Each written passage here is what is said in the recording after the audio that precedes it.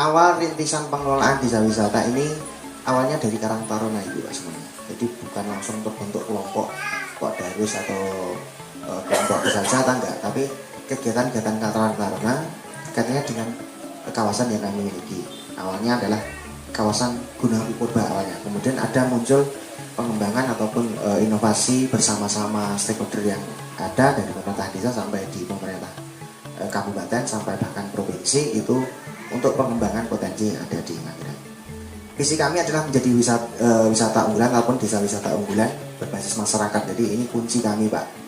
Jadi segala bentuk kegiatan kami ini berbasis masyarakat. Kita bersama-sama masyarakat untuk mengelola semuanya. Jadi tidak ada pihak swasta yang mengelola, tapi tetap walaupun di situ ada pihak swasta yang masuk ataupun kerjasama, tetapi intinya yang mengelola di wisata adalah kami dan masyarakat, ya seperti itu. Kemudian misinya jelas untuk tujuan itu melindungi kawasan baik flora, fauna, bahkan adat budaya itu pun kami pertahankan. Sekaligus melibatkan masyarakat di sekitar itu. Kemudian satu lagi potensi kami adalah Kampung Pitu. Itu di atas puncak Gunung Api Purba sisi timur, karena Pak Gunung Api Purba ini memanjang timur ya, memanjang. Di ujung sana itu kita sebut Kampung Pitu. Kenapa? Di sana kawasannya satu RT Ibu Pak semuanya.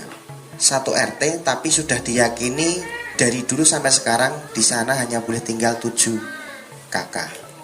Itu gambaran kawasan kami. Kemudian untuk Ngagran sendiri kita luasannya 762,8 hektar untuk satu desa, satu kelurahan Ngagran. Kemudian dibagi ke 5 padukuhan atau 5 dusun Ibu semuanya. Jadi kemudian untuk sektor wisata yang awal kami rintis kita kembangkan itu ke 3 dusun Pak yang terdekat kawasan ini.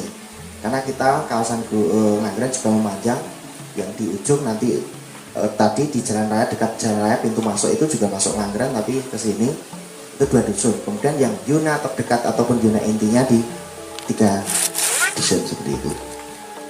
Jangan membuat homestay rumah dibangun disewakan ke tamu, itu konsepnya salah kaprah. Ini bukan homestay seperti itu ya Bapak Ibu semuanya, ini sudah mulai dipahami. Memang dia tinggal beraktivitas dengan keluarga di situ. Artinya kebutuhan seperti standar seperti toilet, kemudian kamar itu menjadi hak menjadi kewajiban si pemilik homestay untuk merehab. Jadi ceritanya dulu tahun 2010, 2011 itu pertama kali kami menerima homestay yang standar untuk kegiatan live-in. Jadi dulu itu satu rumah itu dikasih 40, dikasih 30, dikasih 50, hanya dikasih tikar, tiduran begitu. Itu konsepnya homestay. Kami jualannya per orang Rp5.000 satu malam. Itu. Nah, ini yang kalau sudah bergeser ke arah standar, otomatis kami mengarah ya satu kamar ada satu bednya, atau misalkan dibikin 2 bed, kemudian kamar mandinya itu sudah harus berkeramik dan sebagainya, itu kami jelaskan di awal. Kemudian ada bagi hasil ke kita, karena manajemennya kan satu pintu dengan kita Pak, penjualannya lewat kita, pembayarannya lewat kita, bagi hasilnya lewat kita. Ini disepakati di awal semua. Jadi kenapa kami membuat manajemen satu pintu, karena dulu ada konflik dulu Pak, kenapa opsinya dipakai itu terus. Konfliknya tidak ke tamu, konfliknya ke kita. Mas, kenapa sih dulu itu baik? Kenapa yang dipakai hanya itu terus? Akhirnya kami kumpulkan. Ya, pertama itu kalau misalkan tidak terjadi manajemen satu pintu ke kita, pertama itu arusnya pasti akan semrawut. Kedua, harga pasti akan naik turun, bersaing. Selisih 5.000 pasti tamu akan pilih yang lebih murah. Nah, betul. Nah, kemudian ada kesepakatan harga. Ngasih makan satu kali nilainya berapa? Kemudian nginap satu malam berapa, untuk domestik berapa, untuk asing berapa. Jadi jelas di awal. Kemudian diterimakan ke mereka berapa, selisihnya itu, selisih dari homestay itu untuk apa, itu jelas. Nah, kita di sini akan sedikit cerita mengenai BUMDes-nya. Jadi di sini saya akan sampaikan dulu kenapa BUMDes.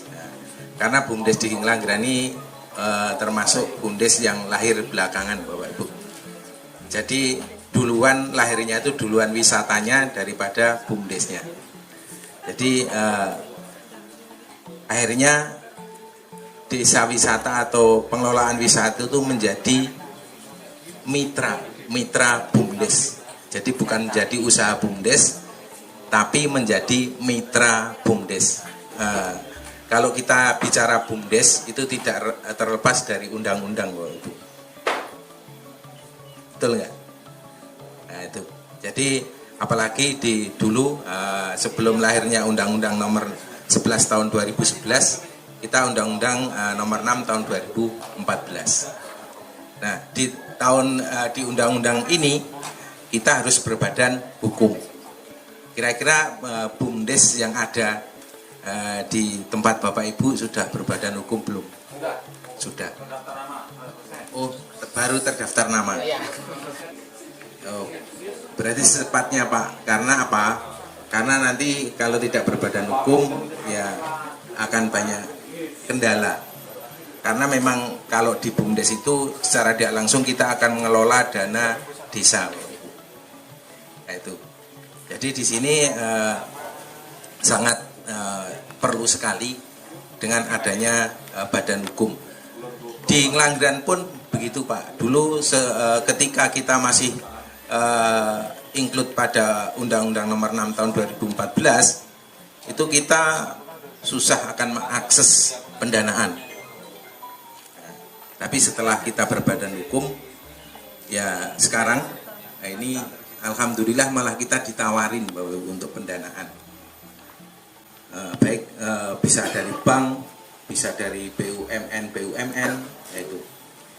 Jadi itulah salah satu kelebihan dari Undang-Undang Cipta Kerja yang sekarang Undang-Undang Nomor 11 tahun 2021. Kalau kita sulit, kita ada perbedaan sedikit aja sudah kita akan timbul hal-hal yang negatif. Ya terutama kerukunan, gitu, kerukunan. Nah kalau tadi sudah disampaikan panjang lebar mengenai proses desa wisata di Ngelanggeran dari Karang Taruna sampai terbentuknya Pok Darwis. Nah, itu karena ada sinergitas ini, Pak. Kalau nggak ada itu juga tidak terbentuk sampai sekarang ini.